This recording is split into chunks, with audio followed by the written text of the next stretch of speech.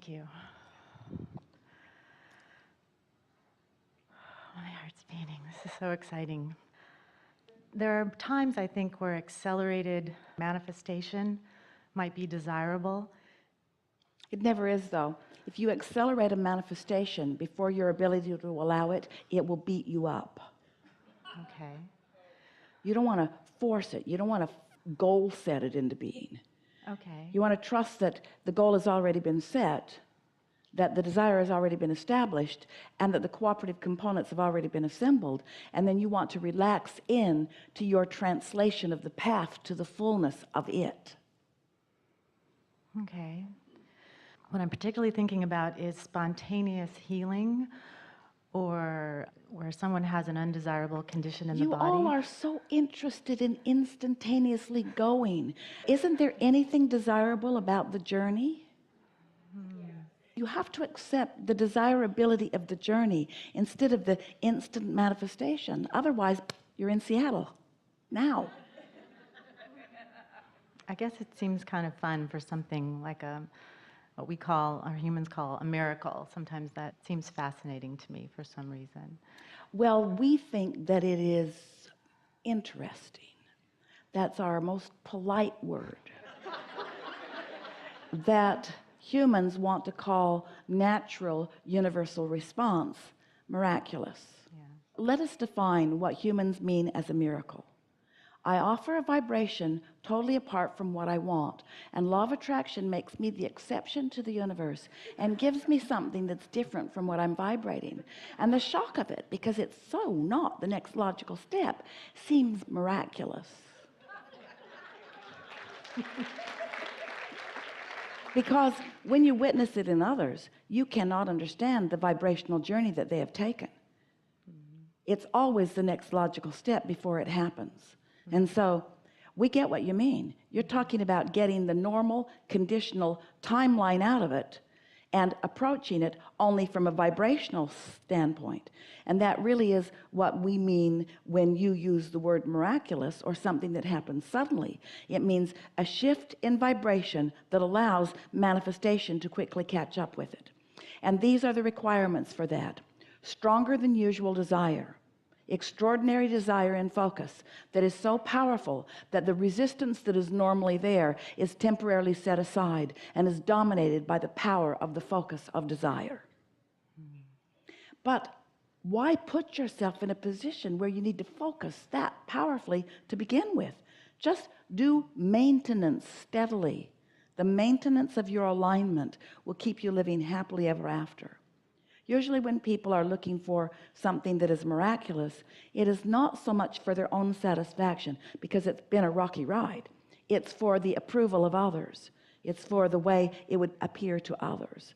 I've accomplished this miraculous thing, and therefore I may be more highly revered. And we say, everybody gets whatever it is they're focusing upon. Relaxing into the natural abundance of well-being is a much more normal from your non-physical understanding standpoint. Yeah. Okay. This is what you're reaching for. And this is the reason that your question is so important and powerful. In every moment in time, the universe, law of attraction, your source, has lined up many, many avenues to get you right to where you want to be on any subject. If you could accomplish an immediate and complete releasing of resistance, all that you want would come. And that really is what that death experience that our friend was talking about. That sudden releasing of all resistance and the immediate accomplishment of the fullness of everything that has been accumulated over many lifetimes in the vortex. And so as you seek that in your physical format, the same thing is required.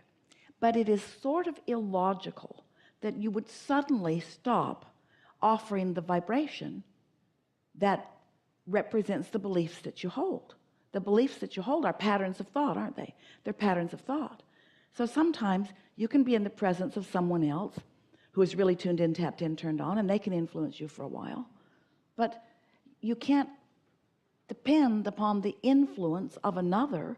No one is going to hold you as their singular object of attention while they can influence. And so we think a steadier footing is to just understand that you can tell by the way you feel how in sync with well-being you are, and just keep it up, and the well-being will just keep demonstrating in endless ways through ideas, physical vitality, physical flexibility, physical longevity. Yeah. It's sort of like deciding that you're going to get an education and going to a very prestigious college or university to accomplish it, and walking in the door and just saying, give it to me now. What do you want? I want my credentials now. Here's my money, give me my certificates.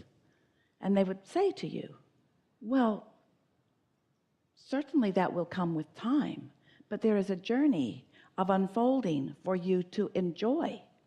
There's knowledge related to this. There's experience related to this. There's opportunity related to this. There's life related to this. You really don't just want that certificate. Now, many think they do. I just want the certificate. I don't want the means to it. I just want the certificate because I want the means after it. And we say, there are a lot of things that humans do that prevent them from enjoying life as it is spoon-fed to them day by day by day by day. Not one of you said, I'll be born and then I'll die.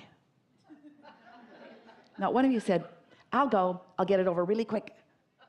Not one of you said, I'll go and I'll experience nothing and I'll learn everything. You all said, let me into the experience because of the delicious feeling of expansion. Now let's apply that to the idea of healing, the delicious feeling of expansion, the delicious feeling of moving towards something wanted. Don't you occasionally, you're the wrong crowd to ask, but don't you occasionally enjoy a hunger pain?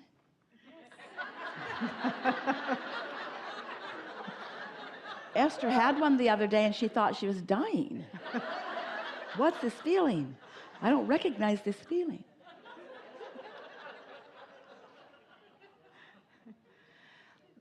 This is related, and I think I have the answer, but with respect to the decline that we generally associate with moving through time. The unnecessary decline, perpetuated by self, by holding oneself in resistance of energy summoned. Do one of two things: stop summoning the energy or stop blocking the energy you're summoning.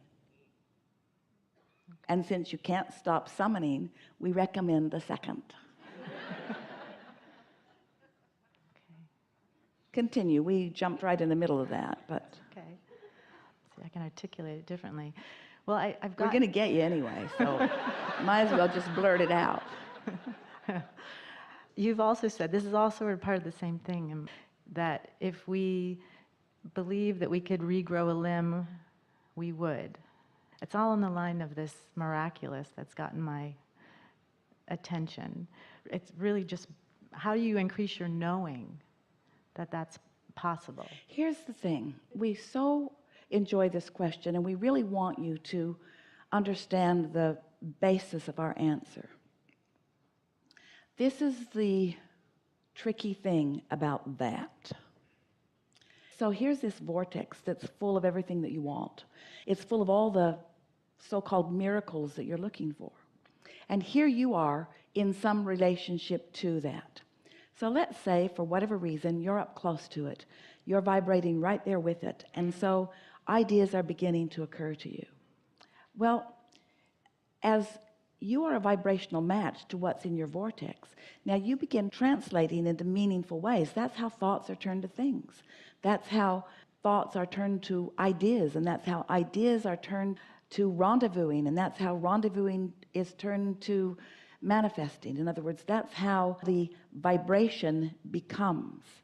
So as you are understanding that it is this vibrational becoming, that you have to be in the vicinity for it to even occur to you.